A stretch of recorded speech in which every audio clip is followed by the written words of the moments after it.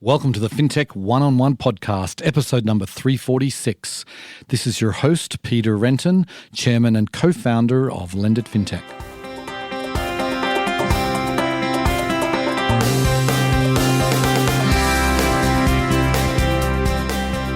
Before we get started, I want to talk about the 10th annual Lend It Fintech USA event.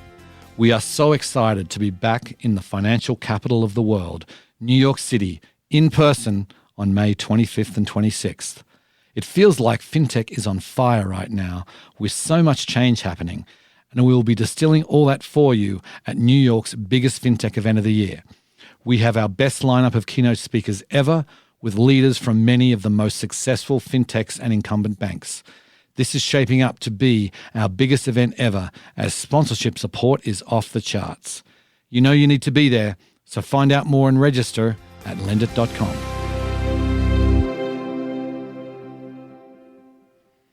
Today on the show, I'm delighted to welcome Gabe Krajicek. He is the CEO of Kasasa. Now, Kasasa is super interesting. They're focused on helping community banks and credit unions compete in this digital world. And they have a pretty unique set of offerings. They have savings accounts, checking accounts, rewards programs, unique lending products, which we get into all those in some depth. But really what sets them apart is the intelligence that they actually provide to community banks and credit unions to help them compete, to help them know what's going to work. And they can help them grow their deposit base, grow their loan book, whatever it is that the community bank needs. Kasasa has a program for them. So we talk about all the different ways they do that. We talk about the challenges that community banks have.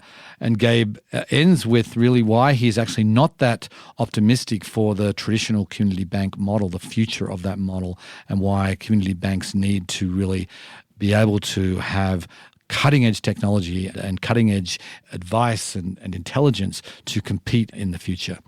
It was a fascinating episode. Hope you enjoy the show. Welcome to the podcast, Gabe. Glad to be here. Okay, so let's get started by giving the listeners a little bit of background. I know you've been at Kasasa for a long time, but why don't you tell us a little bit about what you did before that and how you got involved? Prior to Kasasa, I was CEO of a company called Dealer Skins, and we were a website development company for about 1,200 car dealerships. And we're doing content management stuff before CMS, which I know the S doesn't stand for stuff.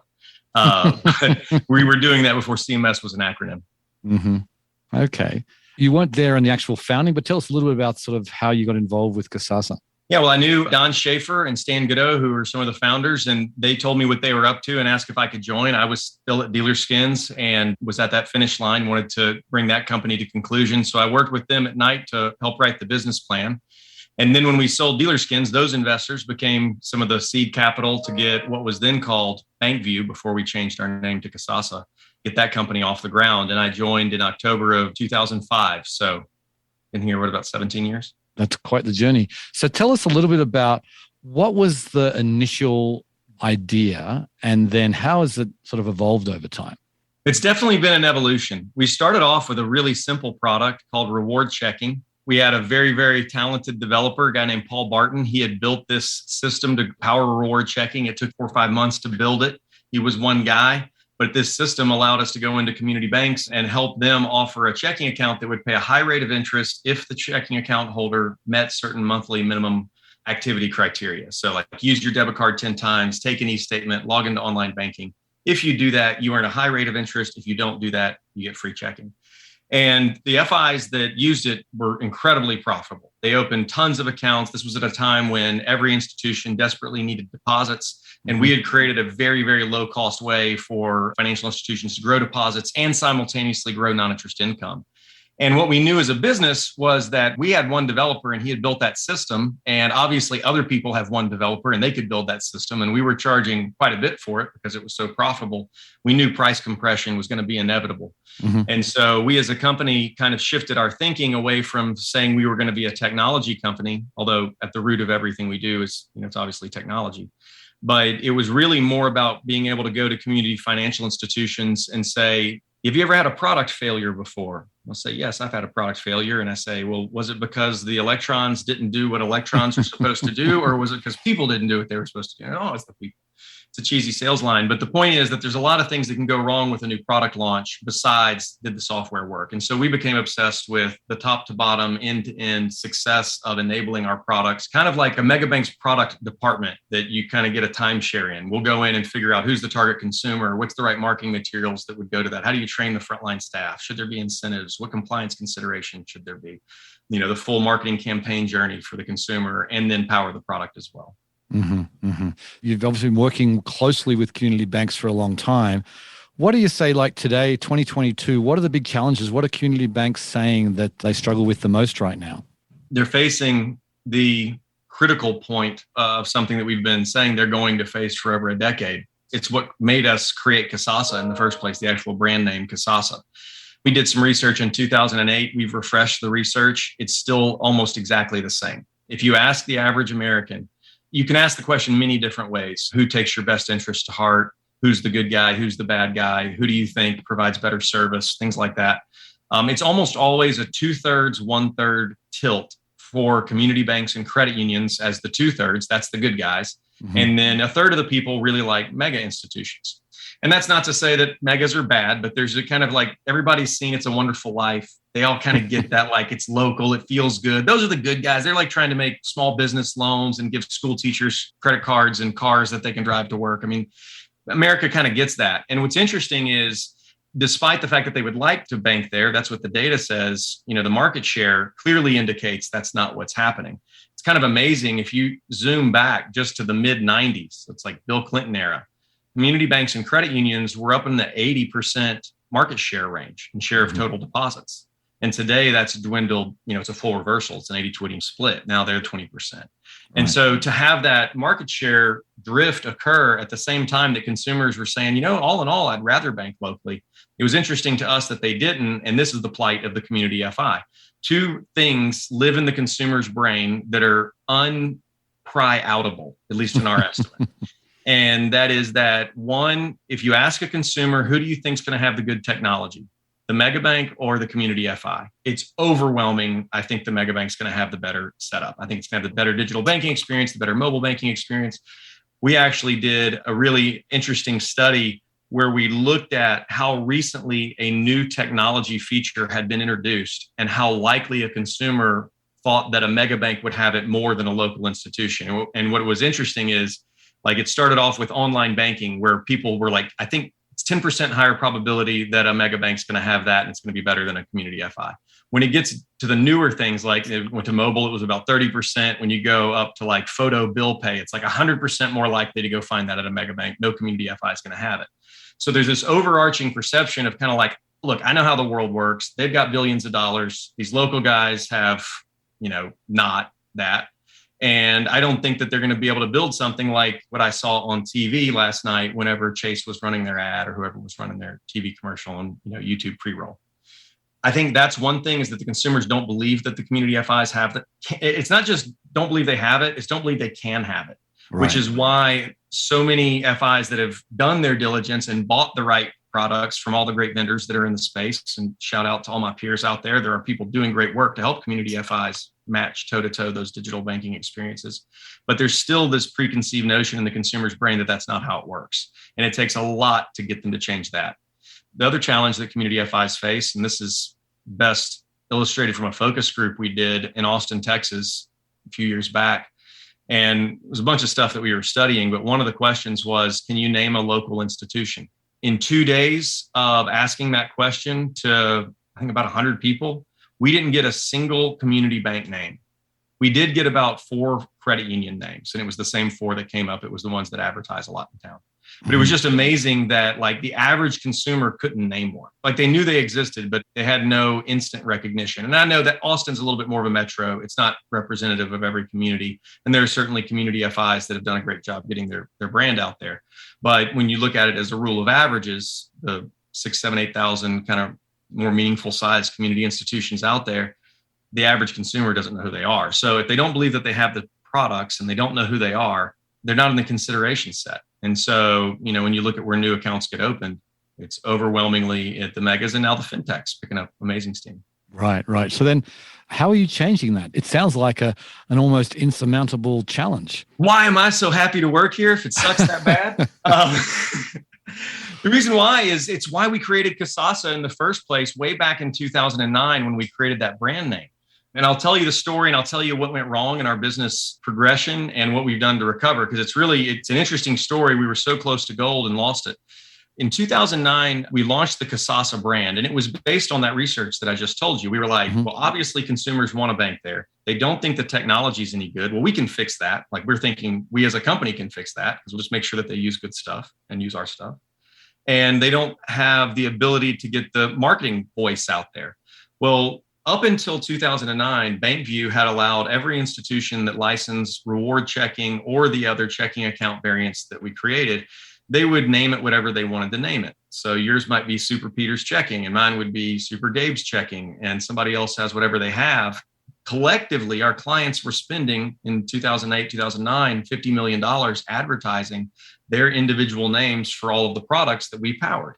And I was sitting back there as a CEO looking at it frustrated. I'm like, how can they be spending $50 million? I add up all their branches. It's like the 7th largest branch network in the country if they were a single bank. You've got a massive retail network. You've got a $50 million ad budget, which in 2008 was a lot more than it is today. Still not a huge national budget, but something you'd think like you'd be creating some noise out there. And we just weren't creating noise. And it was because every individual institution, that 50 million was subdivided into $200,000 budgets that were shouting against other $200,000 budgets that were all being drowned out by the mega banks and everybody else. Right. And so we got the idea, what if they all called it the same thing? And of course, we start scratching our brain and think, why would any FI do that? Well, the one reason that we knew they would be excited about it was they were seeing way back then the writing on the wall that it was going to end up exactly the way that it ended up. The online banks, we didn't call them fintechs back then, but like Ally Bank and kind of the old school first round fintechs. Those online banks were growing, the mega banks were dominating in digital, and the community FIs knew that this was a marketplace that they were not going to be able to win in. And so we would go to them as Kasasa and say, we're going to have kasasa.com, where a consumer can put in their zip code, and we'll match them to all of our institutions across the country. So we'll be able to shout with a loud marketing voice. And we were basically kind of creating a cooperative where the community FIs would give us marketing dollars. We would deploy those marketing dollars, drive traffic into their branches, but also drive a ton of traffic to kasasa.com. And then consumers would put in their zip code and find themselves in a local institution with a Kasasa account.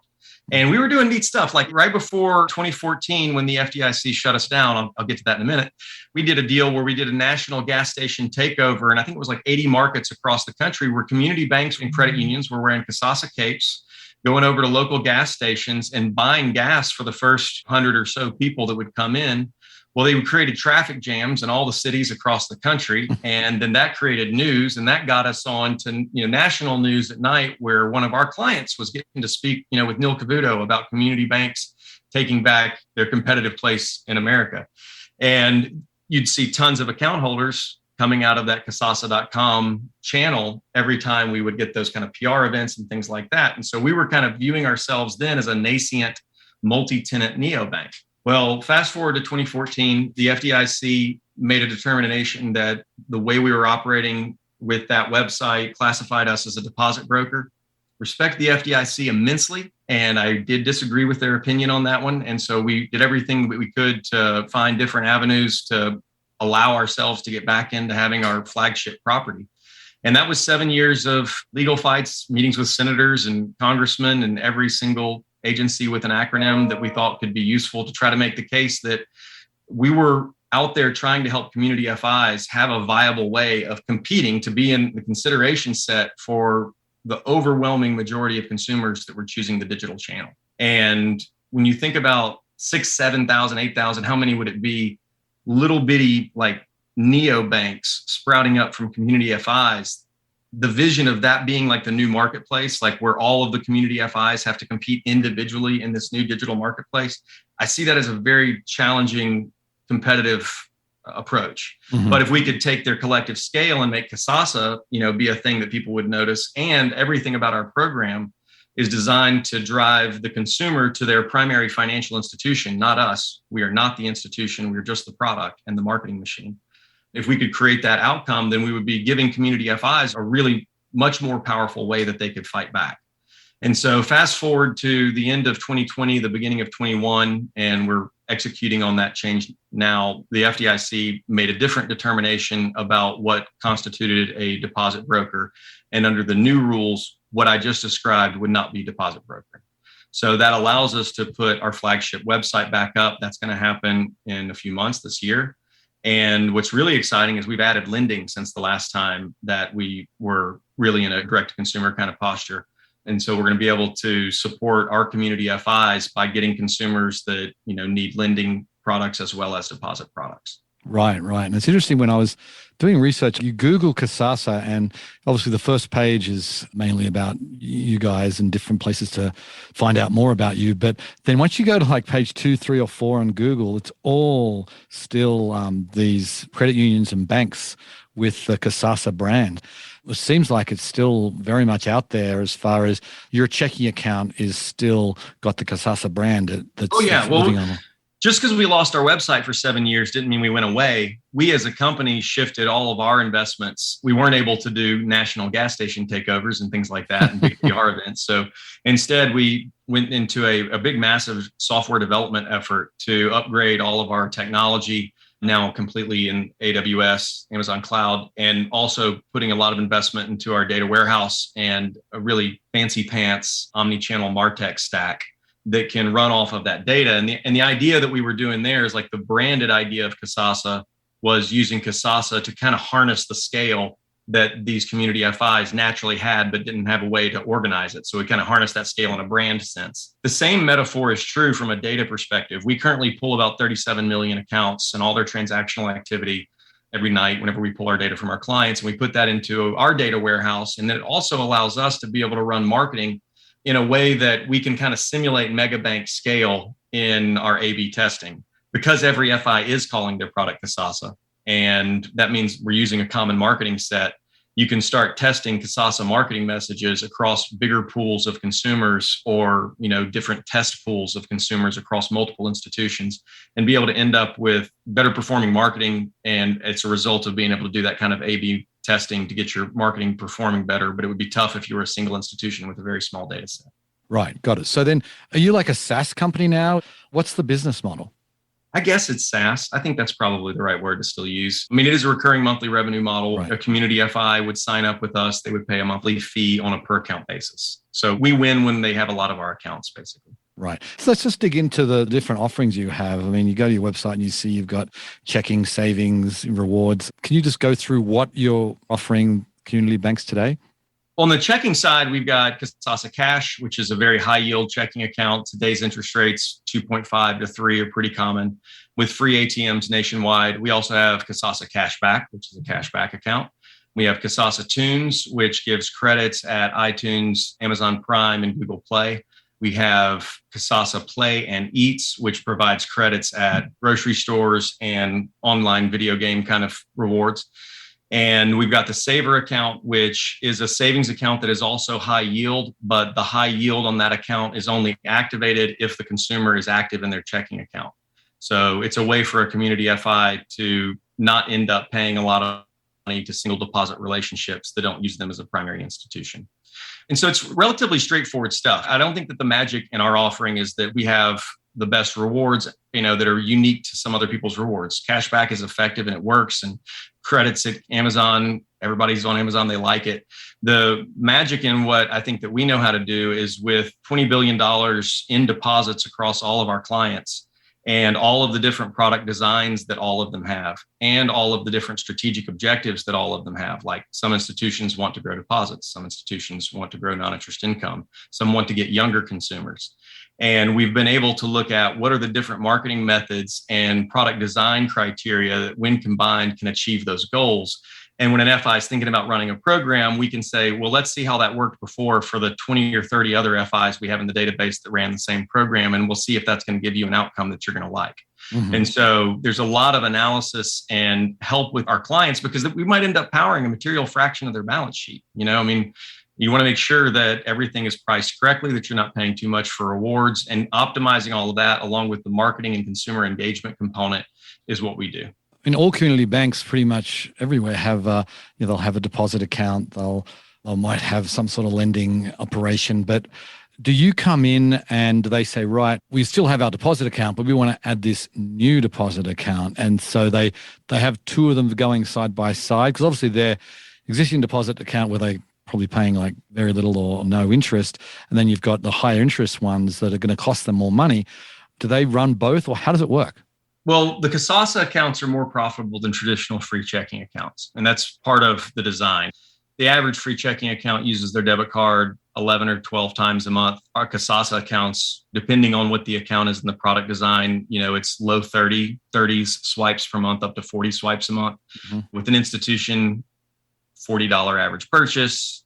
The interchange rate comes out to about 32 cents per swipe on average. So it's a really massive difference in the non-interest income creation on a per account basis, right, especially when overdraft protection is going the way of the dodo.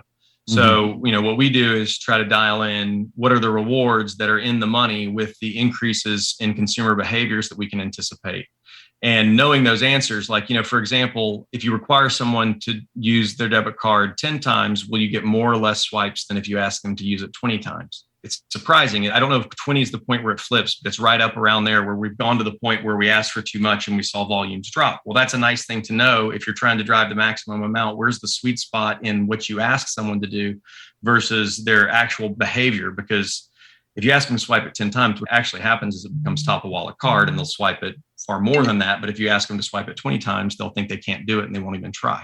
Right. So finding those sweet spots and knowing what works and knowing what works in different products with different consumer segments, like on our marketing side, all the way down to if you're a community institution and you say you want to grow by a certain number of accounts over the course of the year, we can say, well, here are the 100,000 consumers in your market that are the highest propensity to move into the different accounts that you want. We've determined that those accounts are the types of accounts that drive the type of profit that is also connected to your strategic objective. So we go all the way from type of consumer to product to strategic objective, and then execute an omni-channel marketing campaign where we can show total attribution on every dollar spent, where that consumer comes in and we can then follow them down into behavioral performances and see, yeah, they actually are generating the right amount of profit per account. So based on all that, back to your question, would they use our product and maybe have their old free checking still on the lineup? Ours becomes the flagship account, and it's the one that they'll advertise, and it's the one that when people come in, that's the main one that they're going to recommend. Sometimes somebody says, I refuse to use my debit card. I just don't do it. Okay, well, then maybe you don't want a Kasasa account because it does hinge on that, and maybe you want just regular old free checking. Right. Got it. Okay.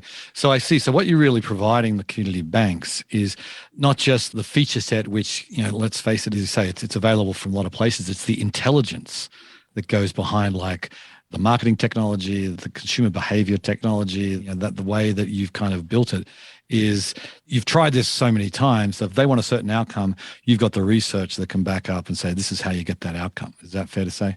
It's exactly right. One of the things I will tell an FI is please notice all of the things that we're doing for you that we were asking you to do that are not related to the software.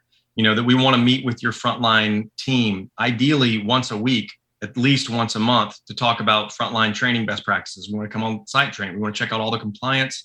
We want to run all of these cross-sale campaigns to get consumers to be engaged. We want to make sure that we have lifecycle marketing campaigns that are related to keep people engaged if they see their debit card usage dropping. All of those types of things, having a consultant that can do kind of asset liability management analysis of their balance sheet relative to the cost of our funds. I asked the FI, we don't charge for any of that. We get paid on how many accounts you get. So if I could save money by not doing these things and you would still be successful, I would not have all these departments that do all these things. The reason that we have them is we have a profitability guarantee, and we know that it's a lot cheaper to pay for these people to do the things right than it is for you to end up saying, I want my money back because it didn't work. And that really is the truth. There's a lot that goes into truly launching a product. And most of our institutions, they're $1 billion kind of average asset size. It's creeped up. It used to be like 450 or kind of creeped up more as consolidation has occurred. you still are talking about relatively small teams that when you say, where's your product department? How are you going to launch this whole thing? It's a handful of folks, and we can come and bring a complete augmentation to their ability to do it in a world-class way. I want to talk about your lending offering, because I noticed when I went to your website, you have this Kasasa loan, and you say the only loan with takebacks. So tell us what you mean by that and what makes it unique. I love Kasasa loans. I'm excited to talk about it. It's my favorite product that we've ever had and that I've ever had a part of as an entrepreneur. It's such a cool product. We went through the last recession, the Great Recession, 2007, 8, 9, kind of that area. And every FI was just in a total glut for deposits, and we wished we had a lending product. So we started thinking way back then, what's a really great lending product that we could build so if the market ever turns, we'd have a solution to that. And when we surveyed the marketplace, it was like every vendor that was serving the lending problem was trying to get people to get approved more quickly. Mm-hmm. And some version of that, approve a higher number, better AI, better scoring models, things along those lines. And it's awesome stuff. But when we went and polled the consumer, not a single one of them said that one of their biggest debt goals is to get in debt more quickly. It was exactly the opposite. They wanted to get out of debt. When you talk about debt to a consumer, the pain point is, man, I want out. And so we started thinking, how could you build a loan that scratched that itch? Because it's a pretty counterintuitive problem. Like, how do you create a loan that makes people get out of debt? And we found out that about 15% of people pay extra on their loans. 55% of people say that they have the money to pay extra, but they choose not to. And they want to, by the way. They feel like that's the good thing to do. But when you ask them, well, why don't you just go ahead and do it? They say liquidity concerns. They don't say liquidity concerns. That's what we would call it. I might need that money later. And so, imagine you're trying to do the right thing, pay off your car early, and then you crash that car and it's the only way you get to work. Well, now, you're going to your credit card or whatever else, alternative lending, which might not be very attractive. So with the Kasasa loan, what we did is basically took what looks like a loan calculator, put it in a web version and a mobile version. And that loan calculator is actually the servicing engine for the loan. So it's not a hypothetical loan calculator like you would look at to see what if scenarios. It's your actual loan. So when you see that amortization curve on the loan calculator, that's your car. And you can go in there and say, what if I pay a little bit extra, or what if I make a one-time payment? And it'll model out what the differences are, just like a normal loan calculator. But because it's also the servicing engine, if they want to commit to that, new monthly payment that's greater than their minimum, they can commit to it inside of the user interface. And what's unique about a Kasasa loan is, let's say if their monthly payment is $450 and they choose to pay $650, that incremental $200 above the $450 will be saved in a take back balance for them to be able to take back anytime they want, no penalties, no fees. And the consumers absolutely love it. The net promoter score is off the charts, up in the 70s, 80s. We did a survey from consumers asking them, like, how did they use their take back feature? And the stories that you got were just awesome. Like, one was a dad who said he was able to buy fireworks on 4th of July for his kids. And it's like, that's a pretty touching story. Others were like really big, touching stories where, I don't want to share them because they're private. Now I'm realizing I can't probably share those testimonials because they were private, but they were very meaningful. Like, people in really tough situations where they didn't know where else to turn, and they were able to turn to that take back loan and be able to find themselves in a much better spot. And it's a pretty heartwarming thing for me because, we want to build products that take the consumer's best interest to heart, and to see that they're using it this way and it really is helping them out for people that need that support. It's an amazing blessing as an entrepreneur to get to be a part of something like that. And it's also not just for people in need. We financed airplanes and all kinds of other stuff. It's like the reason a rich person would like to pay ahead and have that option to take it out later is the reason that a less advantaged person needs it. Mm-hmm. Mm-hmm. Right. We're almost out of time, but I want a couple more things I really want to get to here. And I want to talk about culture, company culture, because it's something that when I was doing research on you guys, I kept on coming up with these articles that talks about the unique culture that you have inside Kasasa. So can you tell us a little bit about that, how you approach it? Well, we've got a Kasasa patch. It's an emblem that has 4 elements and it represents our 4 values. Won't tell the whole story. It's a long one, but my dad passed away when I was a young man, 21 years old, and I became a CEO at 22 in my first business. And I wanted to try to be a great culture leader like him. The first business was a financial success, but the culture fell apart right after I left. So I wanted to try to do something that would make it more tangible.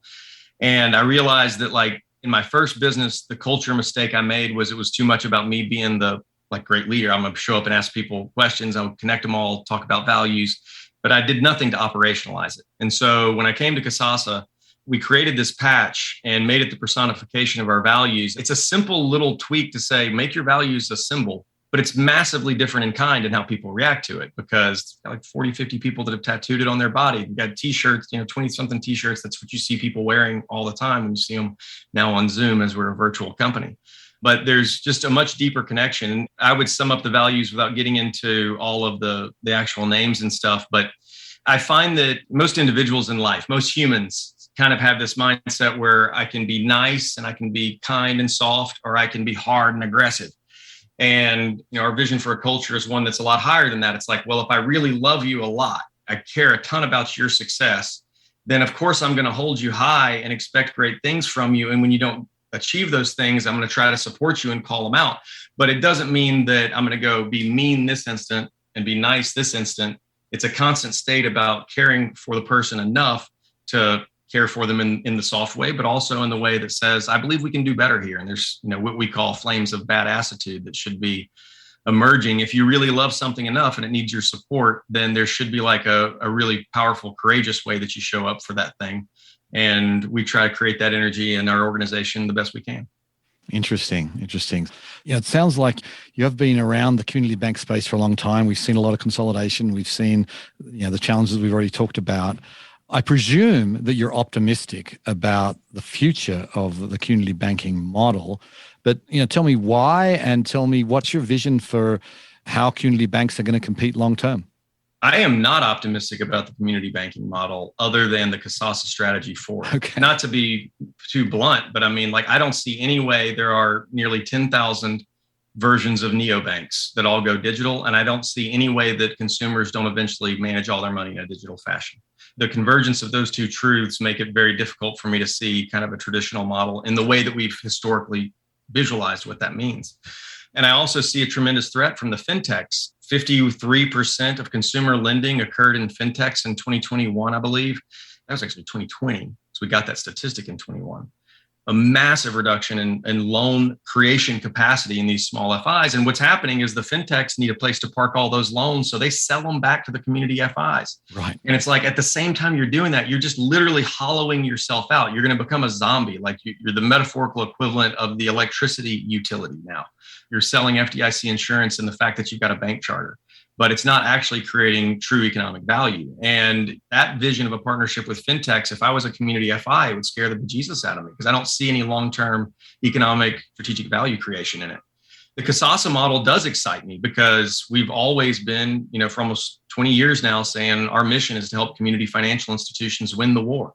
And that's real street cred. We actually do mean it. And we've created this structure that allows us to move in a banking as a service kind of fashion. Like our Kasasa loan runs top to bottom on our own system. We can advertise it on kasasa.com to open a loan in all 50 states. We can bring our network of $500 billion worth of collective client balance sheet to large enterprise lenders and create pipelines of billions of dollars of loans back down to these community FIs.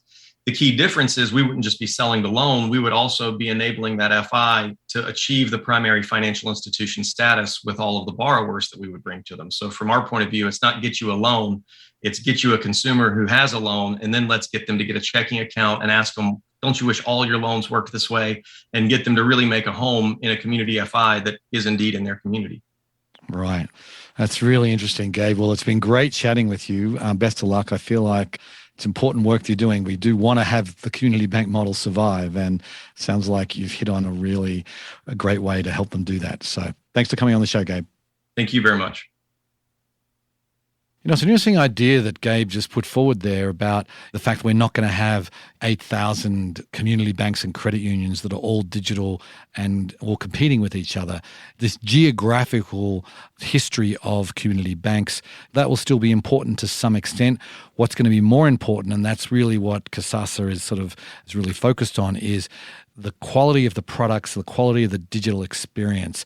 That's what's really going to be crucial for all banks and credit unions going forward. And if a community bank thinks they can do that on their own, I mean, that's probably possible, but I could see the appeal of something like a Kasasa, which has tremendous intelligence and a scope of services and products that they offer. I can see how that's appealing. Anyway, on that note, I will sign off. I very much appreciate you listening, and I'll catch you next time. Bye.